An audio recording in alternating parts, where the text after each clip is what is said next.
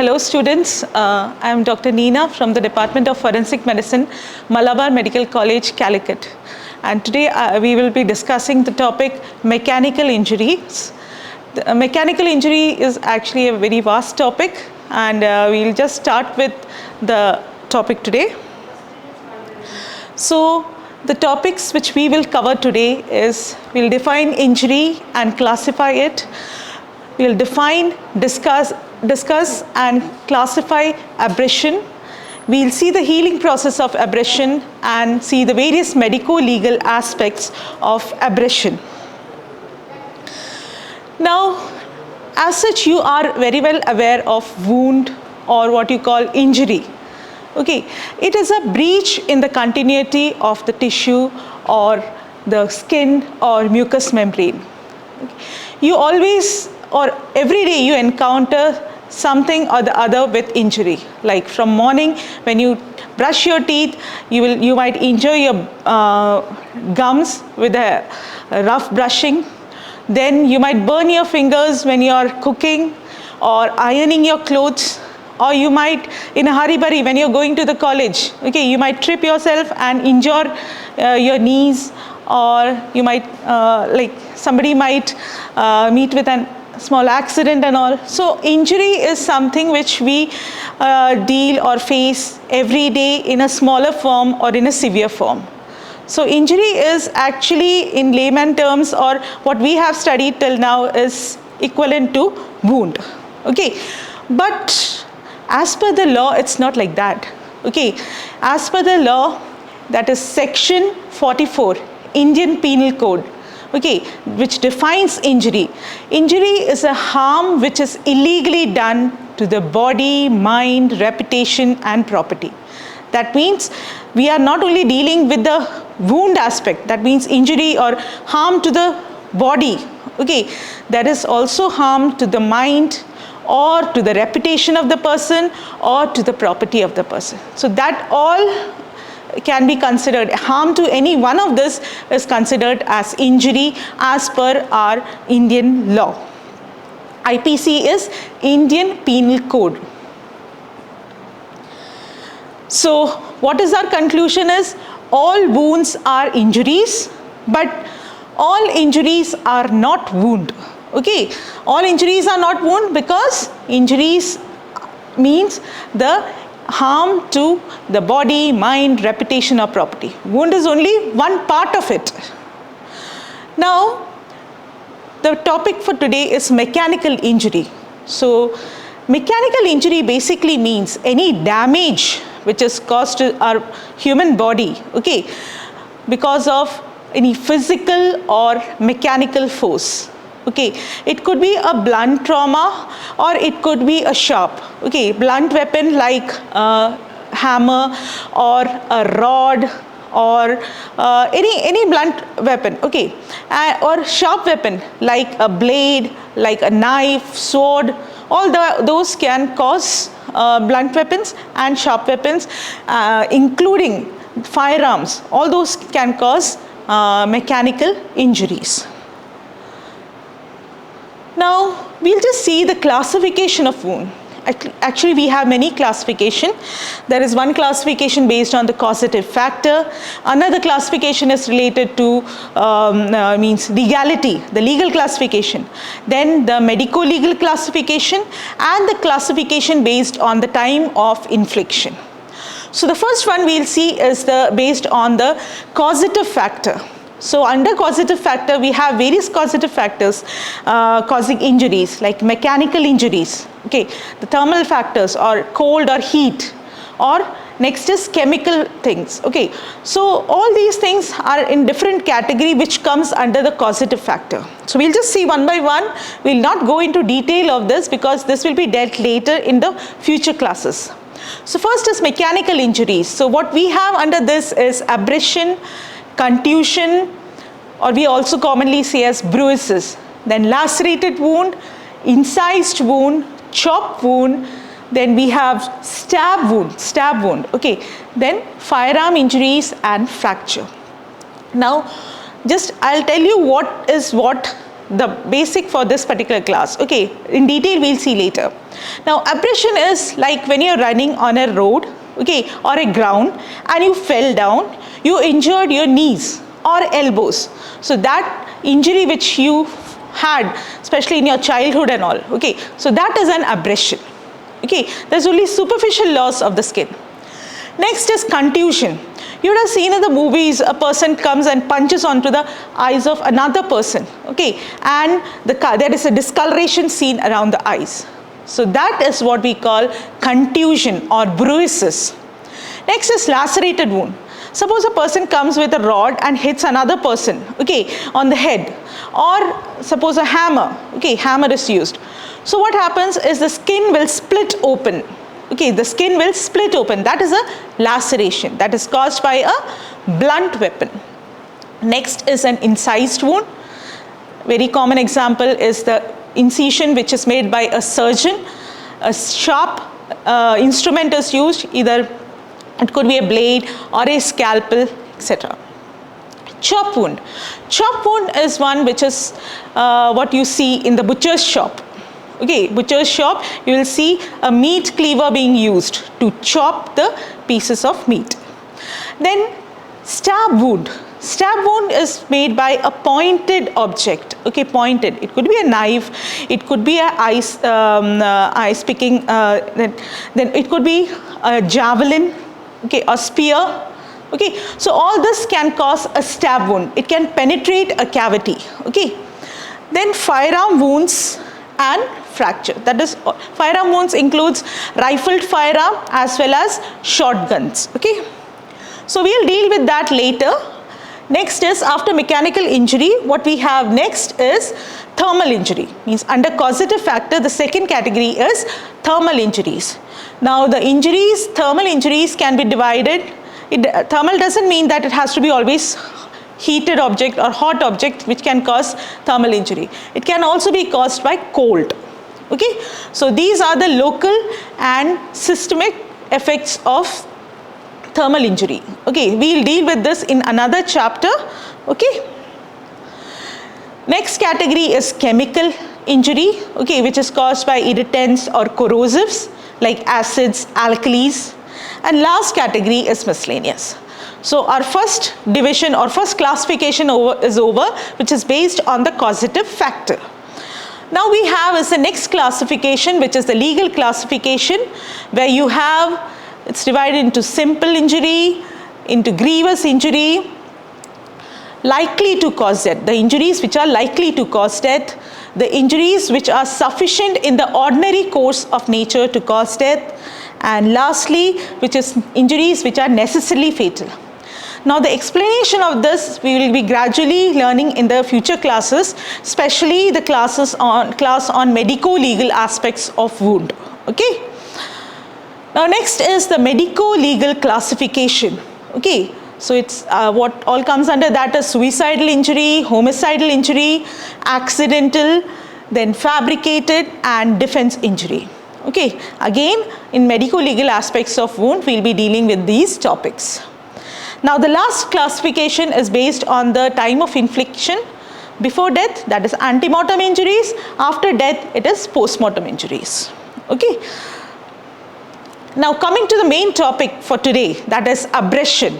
Okay, I already told you, when you run and you fall on a rough surface like for example a road or on the ground, you injure your knees or elbows and what you get is an abrasion. Or if somebody scratches you, okay, again the injury which you get is an abrasion. So abrasion is basically the destruction of the superficial layers of the skin and mucous membrane. So that is the definition of abrasion. And here what you have to keep in mind is mainly epidermis is involved. Okay, epidermis is the one which is mainly involved. But what happens is we have this dermal papillae are there. Okay, dermal papillae. Okay, now this dermal papillae has papillary plexus in it. That means some blood vessels. Okay, the papillary plexus. And when this abrasion is happening, along with the epidermis, these dermal papillae are also destroyed. And so what you get is slight bleeding in cases of abrasion. Okay, so abrasion will have bleeding but minimal amount, and it will heal without scar, okay, in most of the cases, because only epidermis is involved. That is what I was telling. Okay, so abrasions are basically simple injuries. Okay, they bleed slightly and they will heal quickly. Now, two kinds of forces act to cause abrasion. One is tangentially acting or sliding force, or other one is compression force. Now, with this we'll see the types. Okay, you can remember these types of abrasion by the mnemonic PIGS, P-I-G-S. P is for pressure abrasion, I is for imprint abrasion, G is for grazed abrasion, and S is for scratch. Now what do you see, the initial two abrasions, that is pressure abrasion and imprint abrasion. This is caused by the compression force. In the previous slide you saw two force acting which causes abrasion. So the first two, 1 and 2 types of abrasion, that is caused by the compression force. And 3 and 4, that is grazed and scratch, is caused by the sliding force or tangential force. Okay, now scratch. Okay, scratch or linear abrasion. The synonyms are very important actually. Okay, you have to always remember the synonyms of each and every terminology which is there. Okay, so in scratch, the items like thorn, pin, or fingernails, these are the ones which cause scratch. Okay, they are also known as linear abrasion. So what will happen is, when a scratch is inflicted, okay, the epithelium will start heaping towards the end. So towards the end there will be heaping of epithelium. Okay, and towards the end of the injury there will be narrowing of the injury. Okay, so what you get is in fingernails scratch. Okay, that is seen in cases of sexual assault or where there is struggle between two individuals. Okay, thorn, scratches with the help of thorn. Okay, that can be seen when a body is shifted from the crime scene or from one place to another place. Okay, so you can come to know where the death had occurred or where the body was there before it was shifted. Okay, so those important things can be known with the help of scratch or linear abrasion which is seen on the body. Okay. So what you see here is the scratch marks, or what you call as linear abrasions on this body. Okay, this linear marks. Next is, second is grazed abrasion. Okay, this is the second abrasion which is the commonest abrasion. Okay, this happens in what you call as road traffic accidents, commonly seen in road traffic accidents. Okay, RTA is road traffic accident. So depending on its mechanism, this grazed abrasion is also known as sliding, grinding, or scraping abrasion. Now here also what you see is there is contact between the rough surface and the skin, and it is also like a scratch. But if you put multiple scratches together parallelly near to each other, that makes a grazed abrasion. Okay, so here you can see there is grazed abrasion over the back of this individual. So actually, before going to the next slide, I like to thank, I don't know the source of the photographs, okay, but I like to thank all the person who took the photograph. Okay, I'm not very sure about the source from where I got it, and I got some photos from the internet and all. Okay, but I'll be thankful to all those people who took the photograph and contributed in uplifting our subject. Now, this is the same thing which I told, grazed abrasion. Grazed abrasion is where multiple scratches are there. Okay, and similar to scratch, there is heaping of epithelium towards the end. And this injury also, in the initial part, where it starts, it's deeper, and where it ends, it's narrower and it is superficial. Okay, now sometimes what happens when the friction is more, okay, friction between the rough surface and the person's body or skin is more, there is heat is generated. Heat is generated. Now what will happen, because of that heat, the skin will have look like as if some burn injury is there. Okay, because of that heat which is generated because of friction. Okay, so those kind of abrasion which looks like burn injuries or has some features of burn injury which are brown, dry, like that, okay, those are known as brush abrasion. Sorry, brush burns or gravel rashes. Now next category is pressure abrasion. Now the best example for this, okay, best example for this is the ligature mark. Now pressure abrasion, as I told you before, that pressure abrasion and imprint abrasion is because of compression force, okay, compression force. Okay, so what happens is in ligature mark, you know what is ligature mark? Ligature mark is a mark or injury which is created on the neck in cases of hanging and strangulation. Okay, when a ligature material is used, ligature material like rope, or it could be a sari, or it could be a dupatta. Okay, so ligature mark is the best example for pressure abrasion, where there is pressure or compression over the epidermis, and there might be surrounding bruises on the neck muscles. Okay, so this is a ligature mark. Again, this is ligature mark, which is an example of pressure abrasion. Okay. Now next is imprint abrasion or impact abrasion or contact abrasion. Okay, this is the fourth and the last category, and this is seen in cases where the contact is perpendicular. Okay, perpendicular and for a very short time. Okay, so for example, in a case of pedestrian injury, pedestrian, you know, the person who walks by the road, okay, the footpath, okay. So what happens in case a pedestrian is hit by a car, okay, the front of the car where we have logo, the radiator grill is there, bumper is there, okay. So the logo or the radiator grill can leave an impact over the pedestrian's body. That is known as impact abrasion or imprint abrasion. Similarly, okay, in a case of contact shot due to a gun, the muzzle end, that means the barrel end which is near to the skin, okay, that might leave an impression over near to the wound, gunshot wound. Okay, so that impression will help you to identify, impression or the shape of the weapon is imprinted on near to the gunshot wound.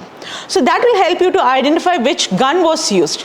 Okay, so that we will study in detail in firearm injuries, but just the two examples which you can remember here is, one is in cases of when pedestrian is hit by a vehicle, and second is the muzzle imprint in case of contact shot in guns, with gun.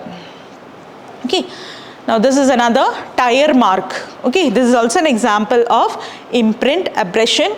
Okay.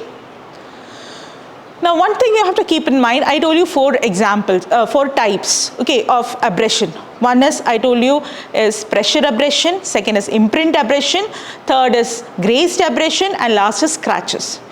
Now the first two which I told, that is pressure abrasion and imprint abrasion, together they can be known as patterned abrasion, because the weapon leaves a pattern on the body.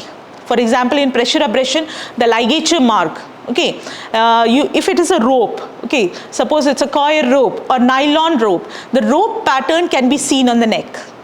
Similarly, in imprint abrasion or impact abrasion, we saw the logo mark or the radiator grill mark, okay, that can be seen on the body of the victim.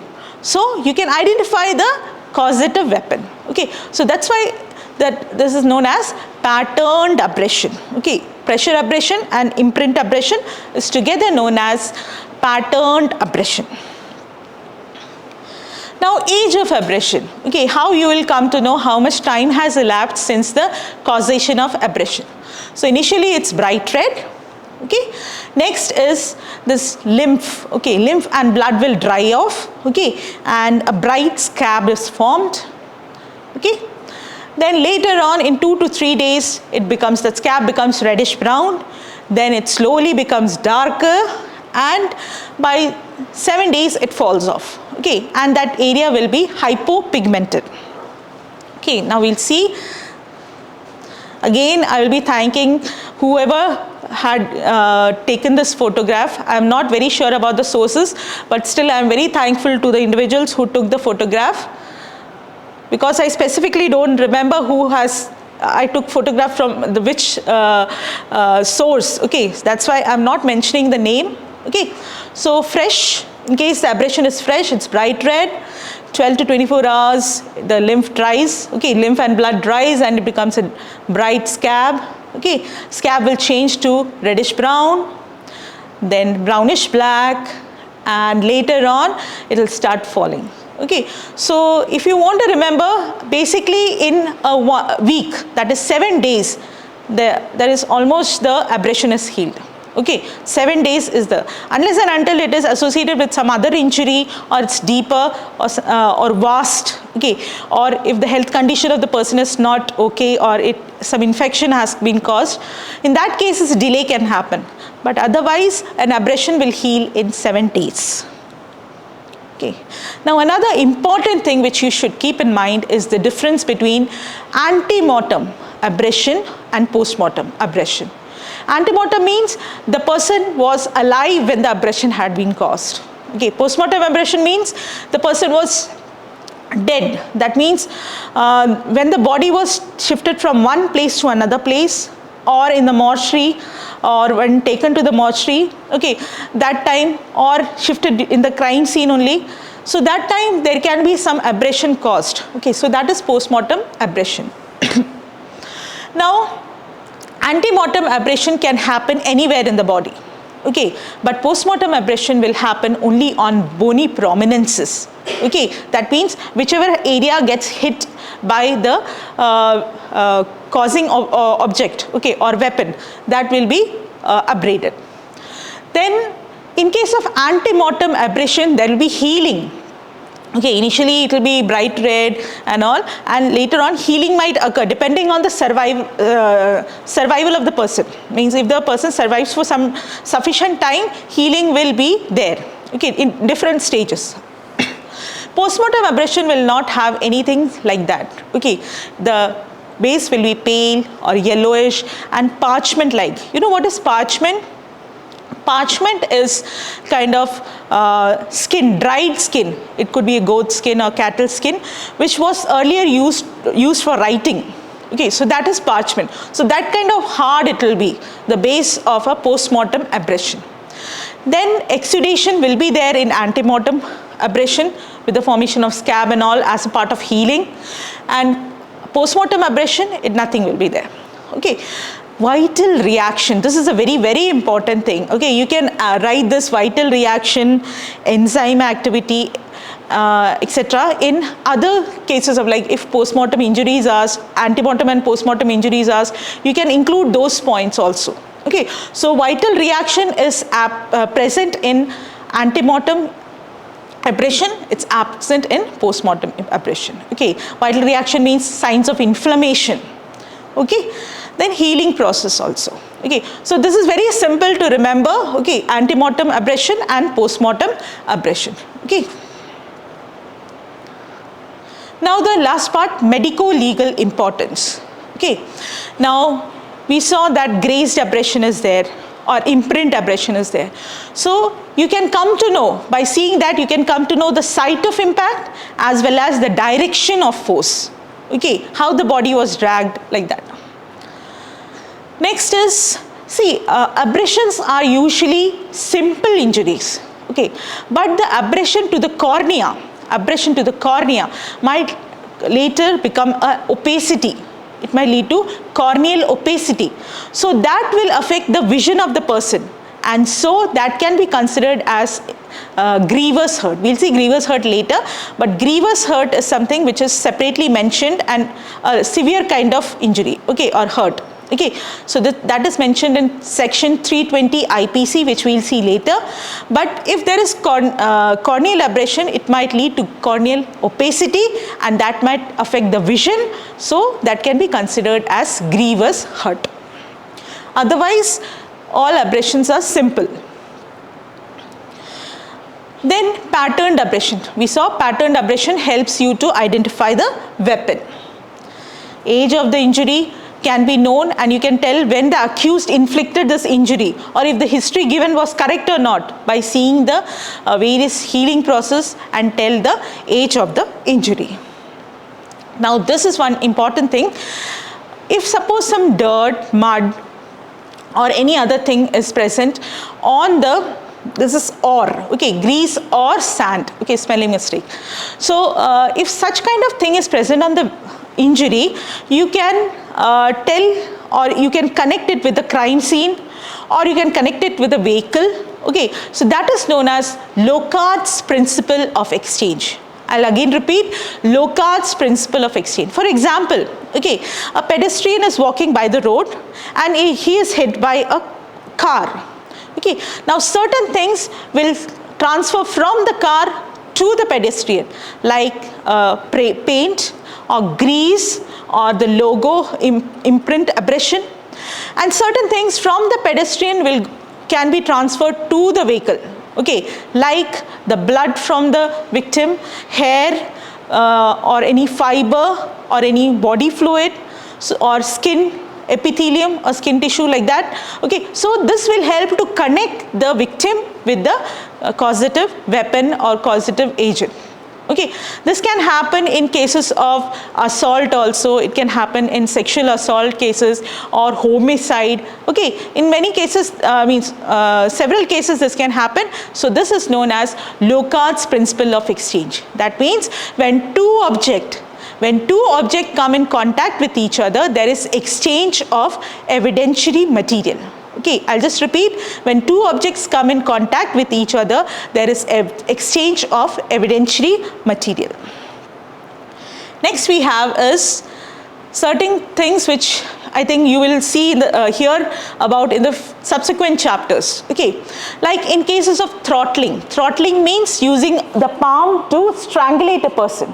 So you will get nail marks on the neck of the person, okay, the victim, nail marks on the neck of the victim. So this nail marks will be crescentric, okay, or curved. Then smothering. Smothering means obstructing the mouth and nostril. Okay, again nail marks can be found on the side of the mouth and nostril.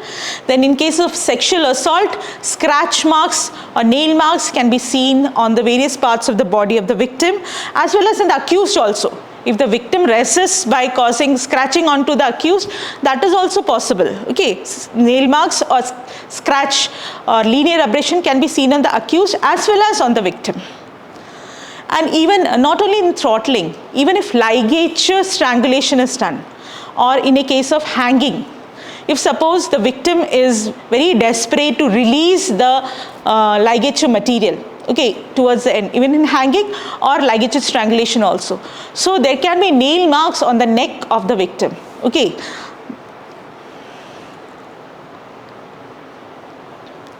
Yeah.